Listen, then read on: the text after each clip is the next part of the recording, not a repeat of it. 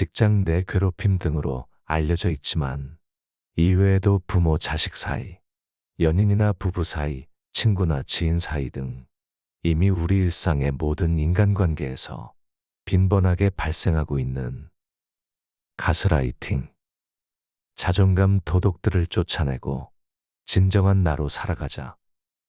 오늘 소개할 책은 사람은 고쳐 쓰는 게 아니다입니다. 펴낸 곳 떠오름, 지은이 알리사. 가스라이터는 어디에나 있다.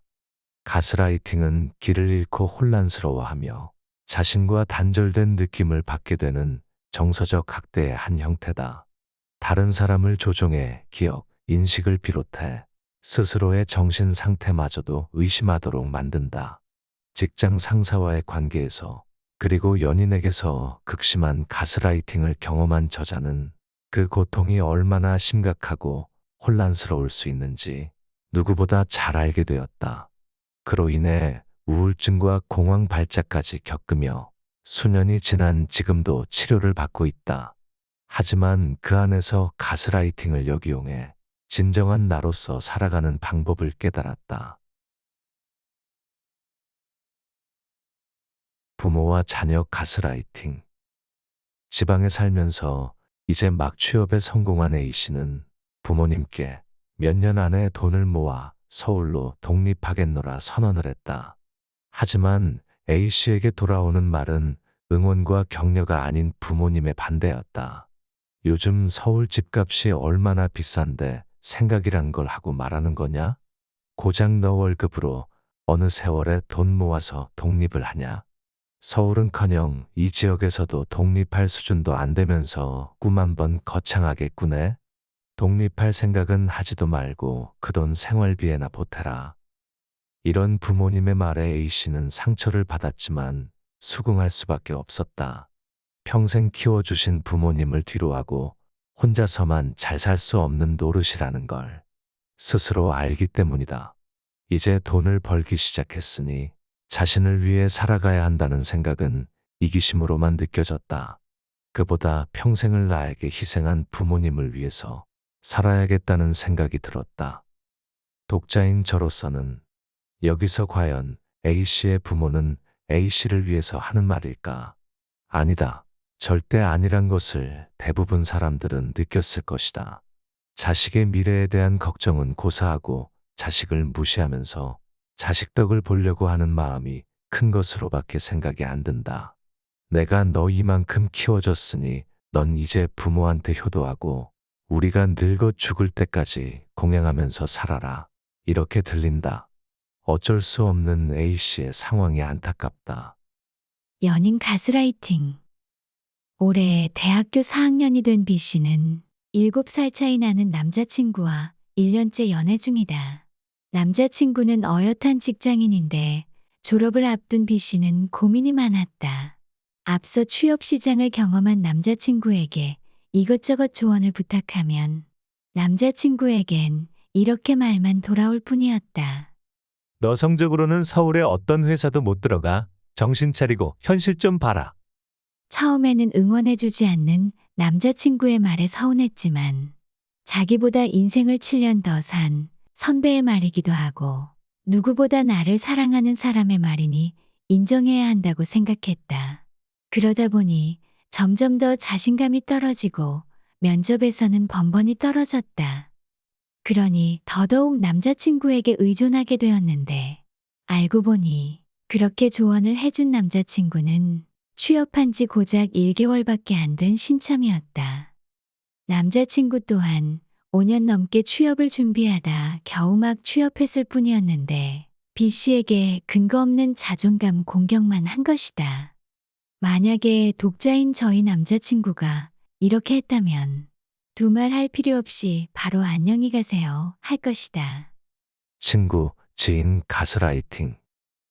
최 씨는 종종 친구들에게 주변으로부터 느꼈던 찝찝한 감정들을 털어놓곤 한다. 직장 선배가 계속 무시하는 말을 해 내 의견은 전부 틀렸다고 하고 어디 가서 이런 일을 맡을 수 있겠냐고 하는데 이거 가스라이팅 아니야?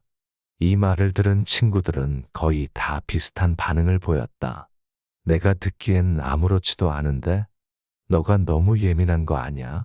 너가 아직 신입이니깐 틀릴 수도 있잖아. 팀장이 제대로 잡아주는 거 아니야? 최 씨는 선배에게 가스라이팅을 당한다고 생각했지만 친구들의 이야기를 듣고 있자니 자신이 정말 예민하게 반응하는 건가 싶어서 직장 상사의 말을 받아들였다. 직장 생활이라는 게 다 그런 거라고. 내가 아직 세상 물정을 잘 몰라서 그런 거라고 합리화하게 되었다. 이렇듯 가스라이터는 우리 삶에 어디에든 있다. 그들은 나를 좌지우지해서 자신의 자존감을 높이려 한다. 우리는 소중한 삶과 감정을 그들에게 갉아 먹힐 필요가 없다. 나에게 극심한 절망감과 자존감 하락을 안겨준 건 회사 생활을 하는 10년 동안이다. 나의 직장 생활 10년 동안 정말 내가 누구였는지, 어떤 성격이었는지, 무엇을 잘했는지 나를 철저하게 잃어버렸다. 다른 사람들에게 자존감을 뺏긴 것은 물론 혼자가 되었을 때 스스로 일어서기까지 오랜 시간이 걸릴 만큼 절망적이었다. 독자인 저는 저 친구들도 한번 당해봐야 알 거라고 생각이 드는 건 어쩔 수 없네요. 지들도 당해보면 아마도 억울해서 펄쩍펄쩍 뛸 건데 말이죠. 아무튼 좋은 일이던 나쁜 일이던 경험을 안 해본 것들은 100% 이해를 못하는 건 당연하다고 생각이 듭니다. 우리는 가스라이팅이라는 지옥에서 살고 있다. 요즘은 뭐만 하면 가스라이팅 당했다고 하더라. 가스라이팅 당한 건 너한테도 문제가 있다는 거 아니야? 맞는 말 해준 걸 네가 너무 예민하게 구는 건 아니냐고. 가스라이팅을 당한 경험에 대해서 주변에 토로할 때면 늘상 이런 말들을 듣곤 했었다. 아니, 지금도 여전히 이런 반응을 듣는다. 가스라이팅을 당해서 마음이 힘들었다고 터놓는 건데 또 다시 가스라이팅을 당하는 현실이 아이러니하게 느껴지기도 한다. 그러면서 어김없이 따라오는 말. 나는 너 걱정돼서 하는 소리지. 내가 상처받고 하니까. 가스라이팅에서 벗어나는 방법은 참 쉽다. 가해자와 멀어지기만 하면 된다. 조종당하는 상황에서 벗어나면 된다. 그러나 말이 쉽지 현실은 그렇지 않다는 게 문제다. 한 집안에서 함께해야 하는 부모와 자녀, 하루의 절반 이상을 보내는 상사와 부하 직원, 일상을 공유하는 연인과 친구, 지인 사이에서 멀어진다는 것은 혼자가 되어버린다는 말이다. 가스라이팅하는 부모와 멀어지려면 따로 살아야 하는데 경제력으로 어려운 상황이라면 그 자체가 더욱 고통으로 다가온다. 가스라이팅하는 상사에게서 벗어나는 방법은 극단적으로 회사를 그만두거나 부서 이동을 해야 하는데 이것 또한 생계와 관련이 있어서 쉽지 않다. 부서 이동을 하려고 해도 직원들의 끊임없는 손가락질을 받으며 가십거리가 된 상태로 버텨내야 한다. 해결하려는 노력들이 오히려 나를 목을 조이는 상황이 되는 것이다. 이러한 복잡한 이유들로 인해 피해자가 가스라이터에게서 완전히 벗어나는 것은 불가능에 가깝다. 끈기가 없어서 죄송합니다. 실제로 면접장에서 면접관에게 했던 말이다. 23부터 31까지 내 삶은 도전의 연속이었다. 20대는 나에게 실패가 허용된 기간이라고 생각했다. 10년 동안 마음껏 실패할 수 있는 합법적인 기간은 스스로 정해놓은 것이다. 그 기간 동안 내가 잘하는 것을 찾고 싶었고, 잘하는 일을 좋아하는 일로 발전시켜서 돈을 벌고 싶었다. 잘하면서 좋아하는 일이 무엇인지 알리기 위해서는 직접 그 필드에서 일을 하는 방식으로 경험을 해봐야만 깨달을 거라고 생각했다. 그런 이유로 8년간 4번의 이직 그리고 외국 생활 1년 6개월이라는 경험을 담긴 이력서를 가지고 31살의 나의 5번째 회사가 될 새로운 회사의 면접에 간 날이었다.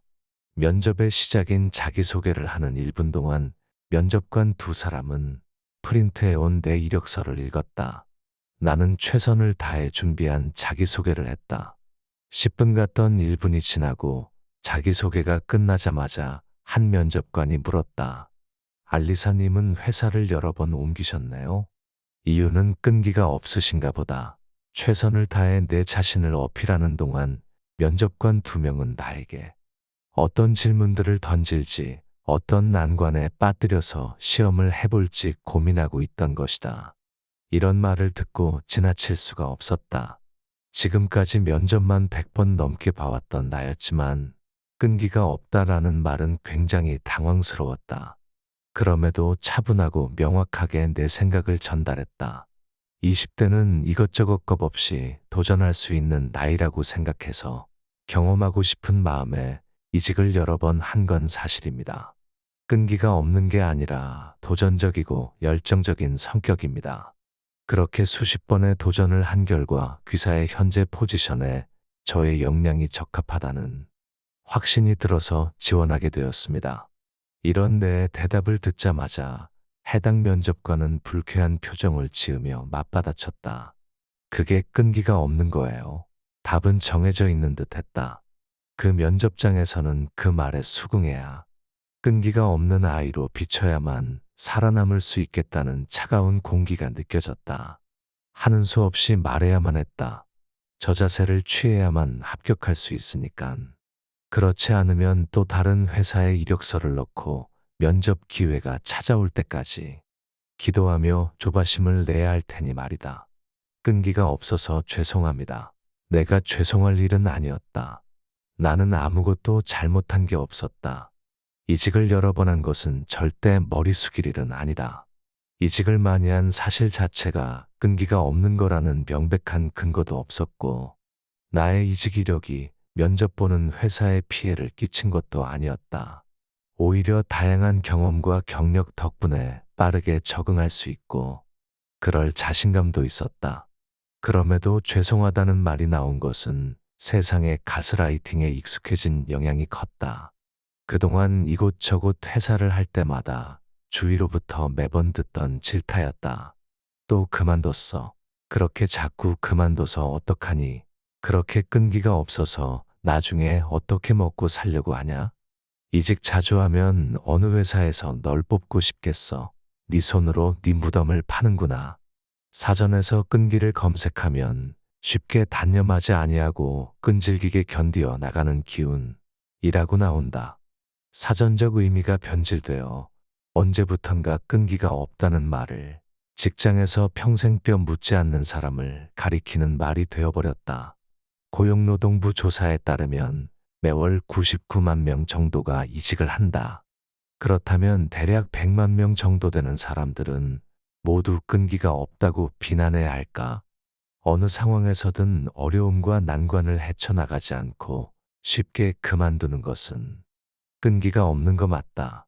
하지만 최종 목표를 달성하기 위해서 나아가는 과정이 세상에서 정한 방법에서 벗어난다는 이유로 자신의 삶을 위해 앞으로 나아가는 모든 사람을 끈기가 없다고 매도할 수는 없다. 예컨대 영어 실력을 키우기 위해서 온라인 수업을 듣다가 오프라인 수업을 듣다가 외국계 회사도 다녔다가 외국에 나갔다가 하면서 다양한 방법을 시도하는 사람에게 끝까지 온라인 수업으로만 공부하지 않았다고, 끝까지 외국계 회사의 뼈를 묻지 않았다고, 그 과정 자체가 끈기 없는 거라고 매도할 수 없는 것처럼 말이다. 학창 시절에 젊어서 고생은 사서도 한다거나 아프니깐 청춘이다라거나 젊을 때 실패를 많이 해봐야 한다는 이야기를 들으며 성장해왔다. 하지만 아이러니하게도 젊은 나이에 온갖 실패를 경험하며 고생을 하다 보니 정작 주변으로부터 듣는 말은 편견 세례였다. 도대체 뭐가 되려고 하니? 그렇게 끈기가 없어서 뭐 해먹고 살 거야? 하다못해 면접장에서까지 면박을 듣게 될 줄은 몰랐다. 혼란스러웠다. 학교에서 잘못 배웠던 걸까? 아니면 세상 물정을 모르고 내가 너무 고지고대로 받아들였던 것일까? 아무리 생각해봐도 내가 크게 잘못한 건 없는 것 같은데 모두가 내 잘못이라고 이야기하니 내가 잘못한 게 맞다는 생각이 머리 깊숙이 박혔다. 그래서 죄송했다. 이력서에 없는 이야기를 지어낼 수는 없는 노릇이니 이직한 모든 사항을 적어내야 하는 그 자체가 너무 죄송했다.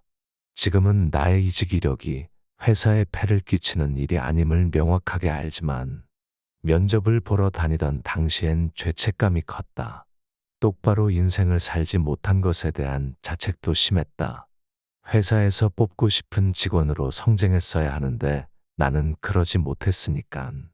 나 같은 애는 면접장에서 그런 대접을 받아도 싸다고 생각하며 세상의 가스라이팅에 서서히 나를 잃어가는 줄도 모른 채 나 스스로도 나는 끈기 없는 사람이라고 생각하기 시작했다. 입사를 하기 전부터 직장 내 가스라이팅에 시달리던 나의 이야기는 이제부터가 시작이다. 꿈을 크게 가져야 한다. 요즘 초등학생도 선생님께 꿈은 크게 가져야 한다는 말을 들으며 크는지 잘 모르겠지만 내가 초등학생일 때는 이 말을 세뇌당하다시피 많이 들으면서 커왔다. 어렸을 때 어른들이 나에게 꿈이 뭐냐고 물으면 이렇게 대답했다. 행복하게 사는 거요. 어려운 사람들을 도와주는 사람이 되고 싶어요. 아픈 사람들을 안 아프게 해주고 싶어요. 그 대답을 들은 어른들은 순수한 마음이 너무 귀여워서 못 살겠다는 표정을 지으며 말해 주었다. 그런 건 꿈이 아니란다. 꿈은 더 크게 가져야 한단다.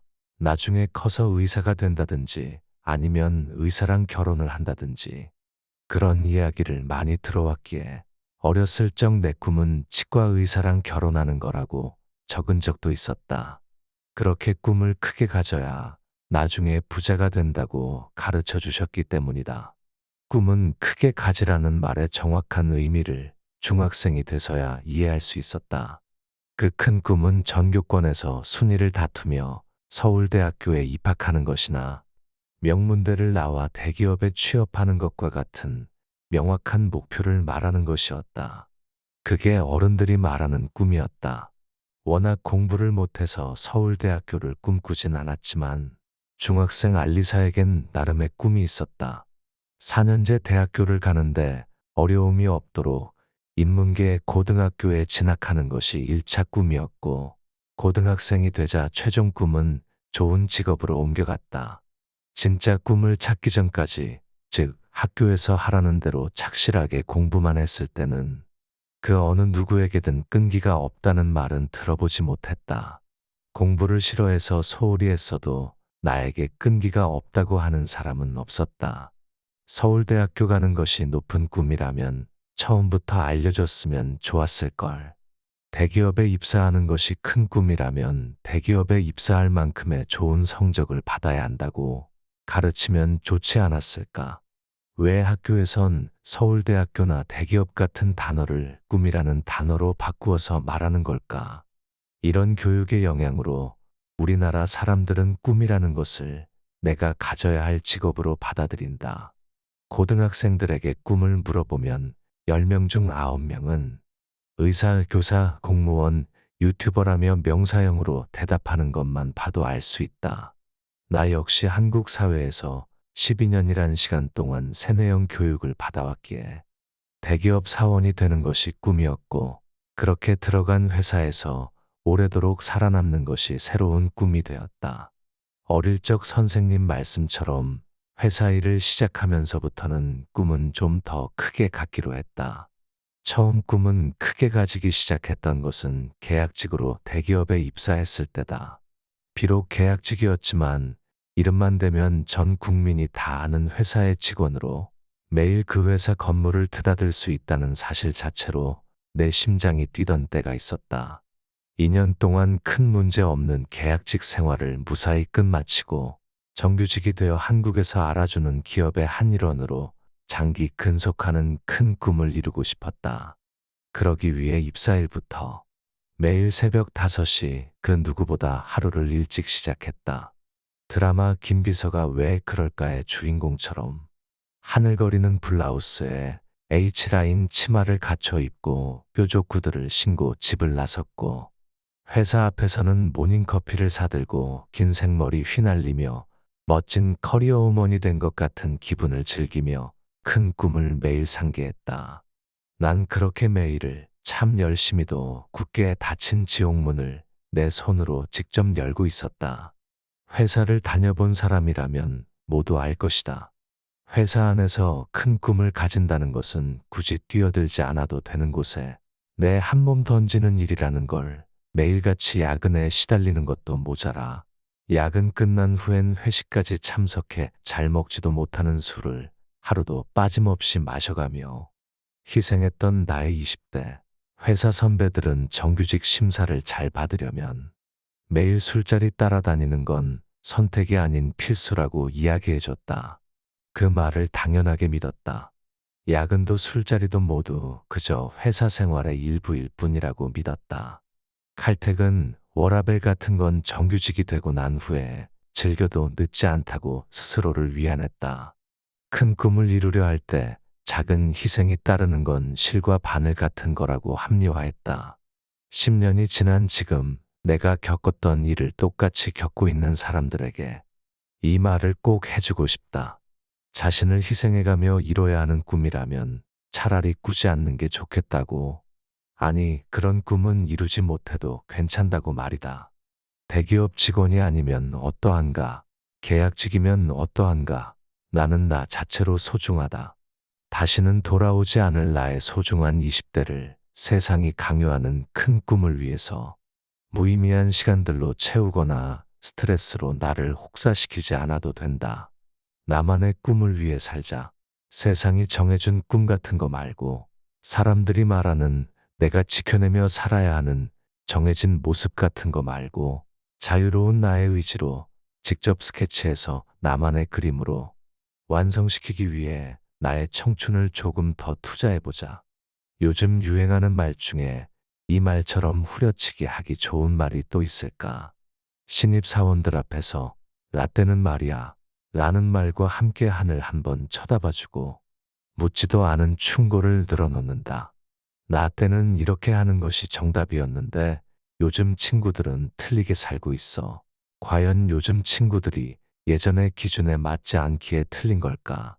아니면 다른 걸까? 아니면 틀리다고 말하고 싶을 뿐일까? 회사를 다니는 동안 가장 많이 들었던 라떼 말의 1순위는 야근을 안 하면 열정 없는 사람이라는 말이다. 정해진 근무 시간에 열과 성의를 다해 근무하는 것은 당연한 일이며 최소한 밤 10시 정도까지는 야근을 해야 저 직원이 회사에 애정을 가지고 있군 이라고 판단하는 게 일반적이었다. 실제로 회사에서 12년 정도 근무한 동료 직원분이 이런 말을 했다. 밤늦은 고요한 길에 이슬을 맞으며 걸어가야 오늘도 불태웠구나 하는 기분이 들어 10년 전 이야기니 놀랄 것도 없다. 요즘이야 워라밸 같은 용어가 생기기도 하고 어느 회사가 야근을 강요하냐고 할 수도 있지만 사실 아직까지도 야근을 해야 한다고 말하지 못한다는 것이다. 대놓고 이야기를 하면 치사하고 좀스러운 데다 자칫하면 사회적인 이슈로 커질 것이 분명하고 회사의 점잖음은 지키고 싶지만 제 시간이 되어 퇴근하는 직원들을 보면 속으로 불이 나고 그럼 어떻게 해야 할까? 가장 쉬운 방법은 직원들의 사고방식이 올바르지 않다며 가스라이팅에서 붙잡아두는 것이다. 나 또한 회사 생활 10년 동안 제 시간에 퇴근을 해야 하는 날이면 상사들이 말로 정신적 폭력을 가했다. 집에 꿀단지 숨겨놨나 봐. 밤에 투잡 뛰냐? 알리사는 승진하고 싶은 욕심이 하나도 없구나. 너 정규직 안 할 거니? 사회생활을 막 시작한 신입 땐 회사에 밉보이면 인사고과에 부정적인 영향이 있을 거라는 생각에 두려움이 앞섰고 기왕이면 상사들에게 예쁨 받고 싶다는 생각이 강해서 할 일이 없더라도 일을 만들어서 했었지. 가스라이팅은 당장 내일이라도 나에게 일어날 수 있는 일이다. 주변을 둘러보기만 해도 현재도 내 주변에서 혹은 나에게서 매일 일어나는 일이다. 나도 모르는 사이에 우리는 가스라이팅이라는 지옥에서 살고 있다.